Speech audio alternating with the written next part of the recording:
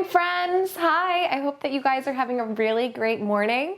Let's get started with our day. So we are going to start with the Pledge of Allegiance. So everybody stand up and we're going to look right here to the flag.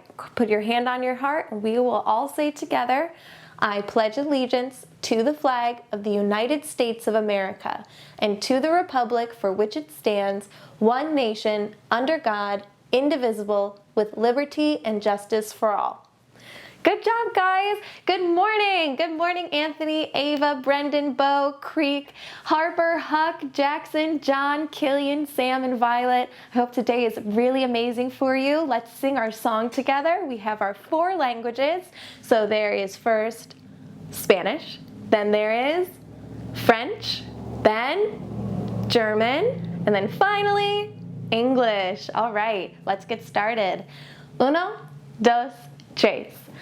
Buenos días a ti. Buenos días a ti. Buenos días, mis amigos. Buenos días a ti. Bon matin à vous. Bon matin à vous. Bon matin, mes amis. Bon matin à vous. Guten Morgen für dich. Guten Morgen für dich. Guten Morgen, meine Freunde. Guten Morgen für dich. Good morning to you. Good morning to you. Good morning, my friends. Good morning to you. Good morning, good morning. Let's do our calendar now. I got my pointer. We are still in the month of March. All right, today we are going to try, you can either clap your hands. Since I'm using a pointer, I'm going to snap my fingers. If you can snap your fingers, then snap with me. So we're going to clap or snap. Let's go. 1, 2, 3, 4, 5, 6, 7, 8, 9, 10, 11, 12, 13, 14, 15, 16, 17, 18, 19, 20, 21, 22, 23, 24, 25, 26. Good job. Now that silly green marker has run away from me again, so I do not have one to write up here, but we'll just imagine there's a nice little 26 on this calendar. Okay, and let's do our Days of the Week song. Today we are going to do our silly clap song, so get ready to clap with me. 1, 2, 3. Days of the week. Days of the week. Days of the week. Days of the week. Days of the week. There's Sunday and there's Monday. Tuesday and there's Wednesday, Thursday and there's Friday, and then there's Saturday. Days of the week, days of the week, days of the week, days of the week, days of the week. All right, and today our day is all the way over here. We're gonna look up and it says Thursday. Good job. And in French we would say jeudi. Très bien. Aujourd'hui, c'est jeudi. Très bien, mes amis. Good job, my friends. Okay, moving on, we're going to do our weather. So, everyone stand up, go walk on over to a window, and go see what the weather is for me.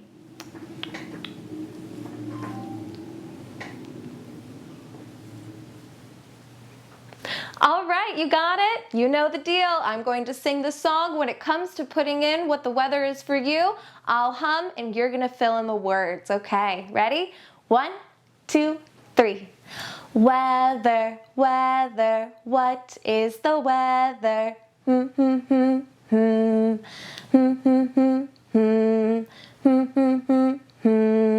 Awesome. I hope you guys have a really great and sunny day. I know today it was a little bit rainy and then a little bit sunny and then mostly rainy, but make sure you go outside, do some chalk, get some fresh air, find some worms, make some mud pies, do anything to get outside today on a beautiful Thursday.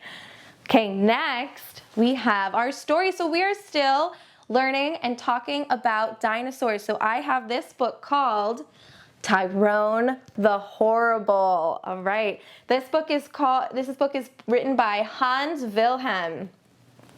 Using my German accent to pronounce his name. Okay. Tyrone the Terrible. Boland was a little dinosaur. He lived with his mother and father in a great swamp forest. There were a lot of dinosaur children in Boland's neighborhood. They played together every day, and Boland was friendly with all of them. All of them except one. His name was Tyrone, or Tyrone the Horrible, as he was usually called. He was just a kid himself, but he was much bigger and stronger than most of the others. He was a real bully if you ever saw one. In fact, he was the world's first big bully. Tyrone especially liked to pick on Boland. He punched and teased him and always stole his snack or sandwich. Boland tried to stay out of Tyrone's way, but it seemed that no matter where he went, Tyrone was waiting for him. Night after night, Boland had a hard time getting to sleep. He kept thinking of ways to avoid Tyrone. It seemed hopeless. Boland's playmates tried to help. "You have to get Tyrone to be your friend," Terry said to Boland one day. "That's easier said than done," said Boland. "How do you make friends with someone who has been hurting and teasing you all your life?" "You have to give him a present and show him you care," Terry said. Boland thought for a while. What kind of present could he give Tyrone? Then he remembered how Tyrone was always taking his snacks and sandwiches. "A present for Tyrone?" he said. "Well, at least it's worth a try." That afternoon, Boland went looking for Tyrone. "Here," he said in his friendliest voice, "it's such a hot day, I thought you might like a nice ice cream cone." Tyrone looked at Boland for a moment. Then he smiled, a nasty smile. "Ice cream for me? How sweet." Tyrone grabbed the cone. Then he turned it upside down and squashed it on Boland's head. "Ha ha ha!" Tyrone laughed and walked away. Boland could hear Tyrone's laughter for a long time echoing through the forest. The next day, Boland told his friend Stella what happened. "You are taking this too seriously," Stella said. "Don't pay any attention to that big bully when he tries to tease you. Just stay cool. That's the only thing he'll understand." "Staying cool when you are scared is not easy," Boland said, "but I will try." And so the next time Boland met Tyrone, he stayed cool.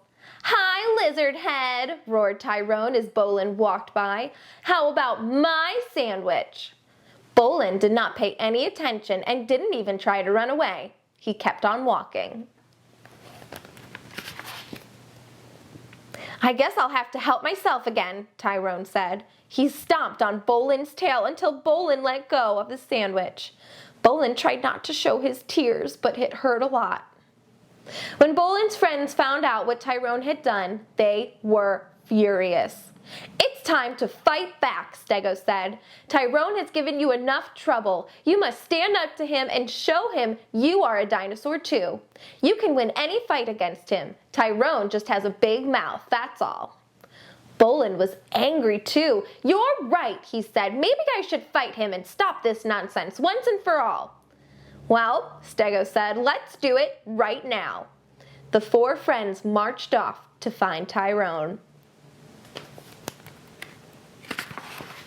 Boland stood up and faced Tyrone the Horrible. "Listen, you brute," he said. "I have had enough of your bullying. Come on and fight." Tyrone took one look at Boland, then grinned and said, "Okay, if that's what you want." It was a very short fight. Little Boland had no chance against his big enemy. "I'm sorry," Stego said. "That was not a very good idea. You'd better give up. Some bullies you just can't beat. You have to learn to live with them, whether you like it or not." But Boland did not like it. There just has to be a way to beat a bully, he thought. He was still thinking as the moon came out and the stars filled the sky. Suddenly, he smiled a big smile. "That's it," he said to himself. Then he curled up and was soon fast asleep. next morning, Bolin took his sandwich and went off into the swamp forest as usual. It wasn't long before he ran into Tyrone. "Another snack for me," roared Tyrone. "I hope it's something good." And with that, he swiped the sandwich out of Bolin's hand and swallowed it with one big gulp. Bolin walked as fast as he could. Suddenly, he heard a terrible scream. Ah! It was Tyrone. Huge flames were coming out of his mouth. "Help! I'm burning!" he cried. "I'm dying! I'm poisoned! Help! Help!" "Nonsense," Bolin said with a laugh. "It was only a sandwich. I didn't know you were so sensitive. I happen to like double thick red hot pepper sandwiches. Too bad you don't." He turned around and went off, leaving the moaning and groaning Tyrone behind. From then on, Tyrone stayed as far away from Bolin as he could. Bolin played happily with his friends in the swamp forest all day, and he never had trouble falling asleep at night. When much later, some scientists found Tyrone the Horrible. He looked a little different, but he still had that nasty smile on his face. So friends, our question of the day today has a little bit to do with the picture in the back of this book. So in the back you can see that there is a dinosaur skeleton who seems to be in a museum. And the person who found that dinosaur skeleton has a special name. It is a special kind of scientist. Their name starts with the letter P. P. So if you can think of it, I'm going to give you 3 seconds and then I will give you the answer. Okay, so 1, 2, 3. The name of the scientist who discovers dinosaur bones is called a paleontologist. So our question of the day today is asking if you would like to be a paleontologist or would you rather be a different kind of scientist? And if so, what kind of scientist would you rather be? Thank you so much, and please make sure to send those answers in to us so that Ms. Morgan and I can read them. And now we are ready for a really special part of our circle time. This is something that we're going to be doing. It's brand new. It is called Circle Time Shoutouts. All right, so what we're going to do is you guys will send in pictures or videos or notes or anything, and we will put them on our video so that all of your friends can see you. So our first shout out will be from Ms. Morgan. Hey friends, I just wanted to hop on and say how much I miss you guys, and I hope you're having fun at home and that you're enjoying all the activities that we're sending out. I want to say how much I miss you, Violet and Jackson and Killian and John and Huck, Anthony, Sam, Creek, Ava, Bo, Brendan, Harper, and Ms. Lis. I miss you all, and I hope to see you guys very soon.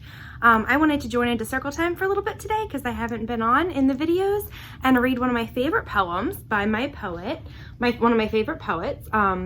His name was Matty J.T. Stepanek, and I met him before he sadly passed away. He was very, very sick, and he wrote a book called Reflections of a Peacemaker, and he wrote a poem about dragons. It's called The Dragon Song, and he wrote this when he was 11 years old. So it says, Dragon Song. If a dragon sang a song, what would the dragon song sound like? Greedy, fire drake dragons sing a song of self-pride, of personal treasure and victories of gluttony, to boast and strike, fear and jealousy and all. Lonely Loch Ness dragons sing a song of solitude, of isolated existence and needs of friendly love, to express feelings and cry out for company. Mythical fairy tale dragons sing a song of clandestine ends, of revealing to chosen ones, believers who make the choice to understand the nature, the sense, the imagination of a dragon song. So I also have a pirate poem for next week that I'll be reading. I just wanted to say I hope you guys are having a great day, and call us if you need anything. We miss you very much, and we will see you soon. Bye. Thank you, Miss Morgan. We miss you so much. I know I really miss you, and I know the kids miss you too, so thank you so much for that poem. Our next shout out comes from Killian. He just wants to say hello to all of his friends, so take it away, Killian. Hi friends, I hope you're having a great day. I miss you. Thank you, Killian. That was so sweet. I know your friends miss you, and we do too, and I hope you have a really wonderful day yourself. And our final shout out will be Huck.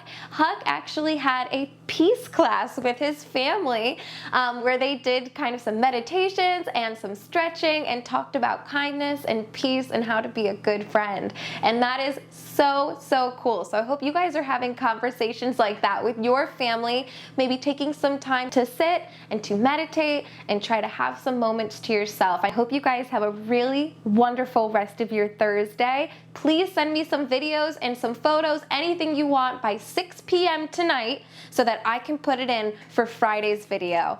All right, have a really wonderful rest of your day and I will talk to you later.